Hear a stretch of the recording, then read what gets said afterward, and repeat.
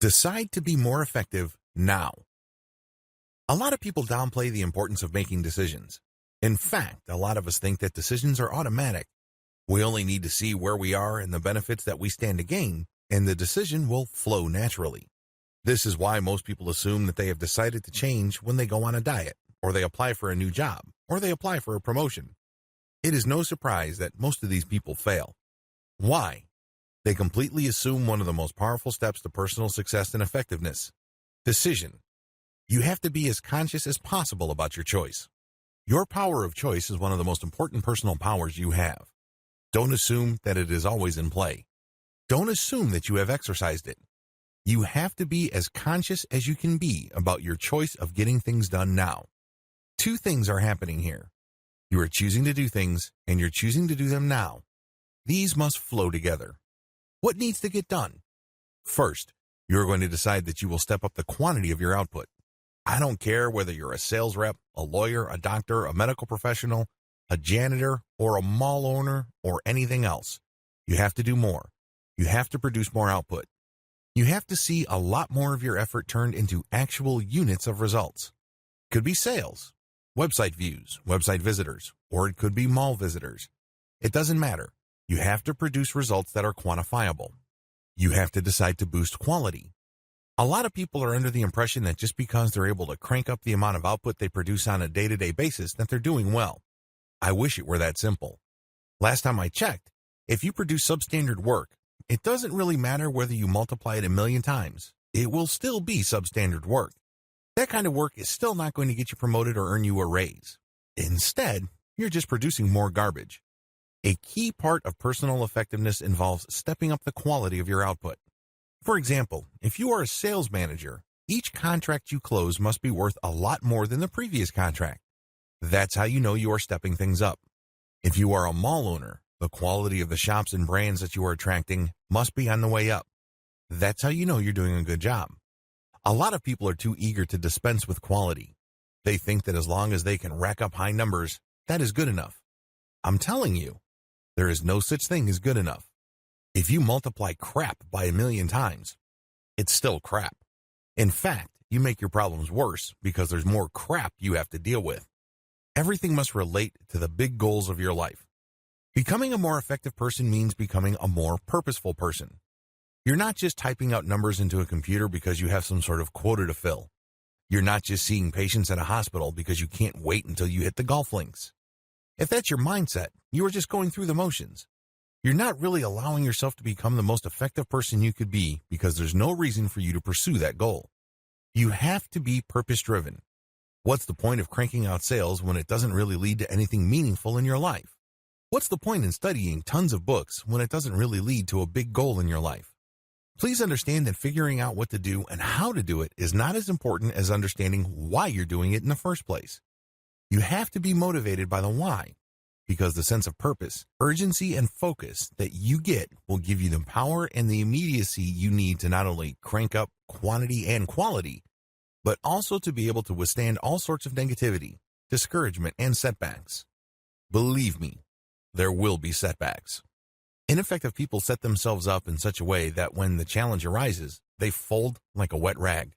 They say to themselves, well, maybe my best isn't good enough. Maybe I wasn't meant to do that in the first place. They just give themselves all sorts of excuses to make up for the fact that they are not driven by a big enough purpose. Now, what makes this a little tricky is the fact that the big goals in your life are completely personal. They may be very deep and meaningful to you, but they might not mean all that much to the next person. It's your job to zero in on these big goals because they are a part of your personal truths. As long as you're clear about them, you should be able to benefit from the sense of emotional urgency that they produce.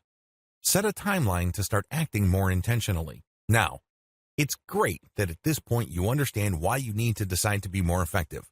But the problem is, deciding to be effective and understanding the reasons why you should become so are not going to help you all that much. At this point, all these insights just resonate on an intellectual level. Until and unless you feel a sense of urgency, this is just going to be theory to you. All these insights are not going to push your life forward. It's kind of like going to some sort of seminar where you pick up very interesting information, but at the end of the day, it doesn't really move your life forward. It doesn't really change how you look at yourself as well as your place in your life. Unfortunately, unless the things that we learn with our minds doesn't sink to the level of our hearts, nothing is going to change. Seriously, this is why you need to set a timeline. This is when the theory or the possibility of change becomes a cold, hard reality. Because now, you're not screwing around. You are now setting a timeline for you to start acting more intentional. You're not going to allow your feelings to dictate when you should get your act together. You're no longer going to play games with yourself where you say that you will only take action when things are right. Most importantly, when you set a timeline to start acting on boosting your personal effectiveness, you're no longer going to be waiting for other people. I want you to be honest with me. Think about the key decisions that you've been holding off in your life. Chances are, at least one of those involve other people. Chances are, you are playing this game with yourself where you're saying to yourself, when X gets it together, I will do. Stop playing this game with yourself, because when you do this, you're just giving yourself an excuse not to do anything right here, right now. You know what you need to do. You know the kind of actions that will take your life to the next level. But as long as you can see that another person hasn't quite gotten it together or hasn't arrived to where you are, you give yourself an excuse to wait for them. You're not really waiting for them. You're waiting for yourself. Maybe you're scared. Maybe you feel you have other better things to do. Whatever the reason may be, you're waiting. I'm telling you, the more you wait, the more ineffective you become. Set a timeline to start acting more intentionally right here, right now. Remember to set the right time to start. If you're feeling pumped up right now, I congratulate you. Obviously, this material is sinking in and is having the right emotional effect. Congratulations. However, I need to warn you, you cannot commit the common mistake of giving yourself so much time. I know you're pumped up about setting a time right now, but the time that you have selected may be too far in the future. Why is this a problem? Let me tell you, if you set a deadline that is so far into the future, chances are you will become busy with other stuff. You will fill up that time. So, by the time that date comes, you will find yourself completely unprepared. Believe me, I know this firsthand because I used to do this. Don't do that. Don't give yourself so much advance time. Instead, it has to be close enough to the present moment so that you can remain focused on that start date. Now, this brings up the related problem of setting the start date so close to the present date that you end up intimidating yourself. Seriously, don't set up your start date so close to today that you end up freezing. You get so intimidated by what you need to do and the things that you need to go through and the changes that you have to make that you become really scared. You are afraid of the work that's involved, and you get thrown off track. Shoot for something in between. It shouldn't be so far out in the future that you lose all sense of emotional urgency. It shouldn't be so imminent that you essentially freeze because you're intimidated. The bottom line is simple. Effectiveness starts with scheduling. When you schedule, it highlights the fact that you have decided to start taking action. Pick a schedule, stick to it.